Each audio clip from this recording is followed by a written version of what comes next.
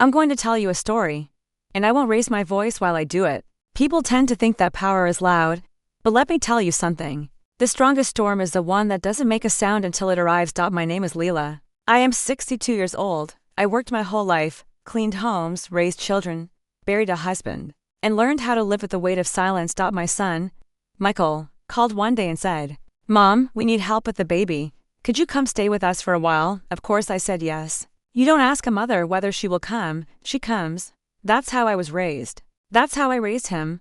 Or at least, I thought I did. I packed my things. Not many. I've learned not to cling to objects. People are harder to let go of. When I arrived, his wife, Jessica, greeted me with a smile that didn't reach her eyes. You know that kind of smile? The kind that's stretched, thin as plastic wrap, ready to tear the moment something real touches it.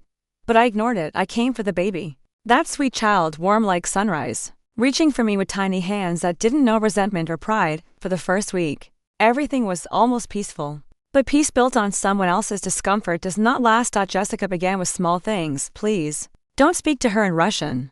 She needs to learn English first. I prefer if you don't fold the laundry. I have a system. Could you not cook? The smell lingers. Little things said softly, with that same thin smile. But disrespect doesn't need to be loud. It grows in the quiet. One evening, she looked at me while we were cleaning up dinner. Michael was in the living room. She said, very calmly, "There isn't really enough space here. I cleared out the garage. It's warm enough. You can sleep there." I didn't answer. Not then, not there, because some words don't deserve an argument. They deserve consequences. I washed my hands, dried them gently, folded the towel neatly, and walked into the living room. "Michael," I said, "I will be leaving now." He looked confused. Jessica looked relieved.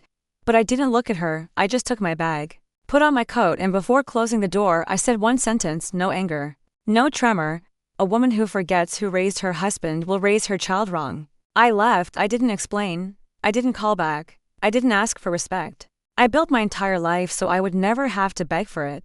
I took the bus home. Not because I couldn't call a taxi. Not because I didn't have money. But because I needed those 47 minutes of silence to remember who the hell I am. People think age makes you soft. No.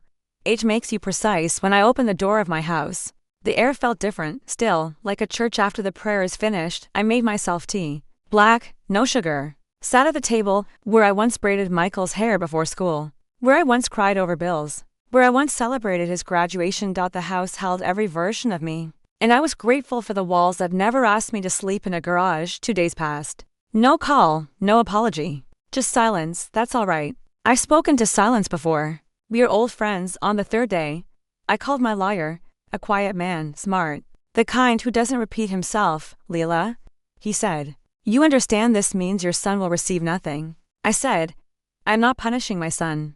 I am teaching my granddaughter, because children don't learn love from words. They learn it from watching who we honor." We rewrote the will. Everything, the house, the savings, the land my husband and I bought brick by brick, goes to the baby, not to my son, not to Jessica, to the child. And until she's old enough, it will remain in trust under my control, not out of spite, out of memory. Someone must remember what family is supposed to be. A week later, there was a knock at my door. Michael. His eyes were tired, shoulders slumped, guilt sitting on him like a heavy coat. He tried to speak. His voice broke somewhere between "I'm sorry" and "I don't know what to do." I poured him tea. We sat quietly for a long time. When he finally spoke, it came out small. "Mom, I didn't know she would speak to you like that." I looked at him, not unkindly, but honestly. "She didn't speak to me that way," I said. "She spoke to herself." I just heard it. He cried, not loud, soft. The way men cry when they realize the world they built is crooked and the correction will hurt. I did not hug him. I am not a bandage. I am a boundary.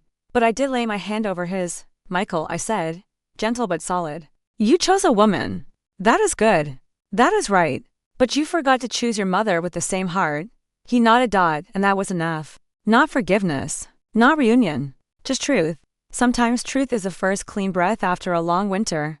He left quietly. No promises. No demands. Just understanding. That night, I wrote my granddaughter a letter. One she will open when she is 18. It began: "If anyone ever tries to make you small, walk out of the room. Not loudly. Not in anger. Just go." Queens do not argue with disrespect. They outlive it. Years passed. Life doesn't ask permission to move forward. It just does. My granddaughter, Lily, grew tall and bright as morning. Big curious eyes. A quiet seriousness, the kind that comes from watching adults too closely, too young. Jessica tried to raise her strong. But strength without tenderness becomes cruelty. And cruelty always breaks in its own hands. I saw Lily often. Birthdays, school plays, quiet weekends. Jessica tolerated me the way people tolerate rain. Unavoidable, mildly inconvenient, but not worth complaining about. Michael aged faster than his years. Responsibility does that when it's not shared equally. But I said nothing. I didn't interfere. I didn't remind. I didn't take sides. A queen never touches a board.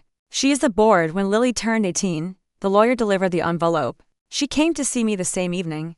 I was sitting on the porch as I often do, tea in hand, sunset in the trees. She sat beside me, her hands shaking just a little. "Grandma," she said. I read it. I nodded. No speeches. No lessons. Just space. She took a deep breath.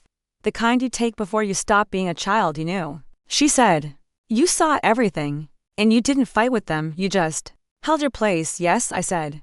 "Because love doesn't require performance. It requires presence." Her eyes watered, not from sadness, but recognition. Then she said the words that stitched the years together. "I don't want the house for the house. I want the house so there will always be a place where I am safe." I turned my head and looked at her. Really looked. Her face carried all of us, me, her father, even her mother's shadow. I put my hand over hers. "You already have that place," I said. "It's who you became." In that moment, Michael stepped outside. He had been standing in the doorway, listening. Not ashamed. Not pleading. Just understanding, fully. Finally, he sat on my other side. No one apologized. No one blamed. Sometimes grief burns arrogance out of us. Sometimes time teaches what arguments cannot. We watched the sun go down. 3 generations, quiet, tired, still here, together, but changed. The strong do not raise their voices, they raise their standards. And when respect leaves the room, a queen does not chase it, she stands up and leaves first.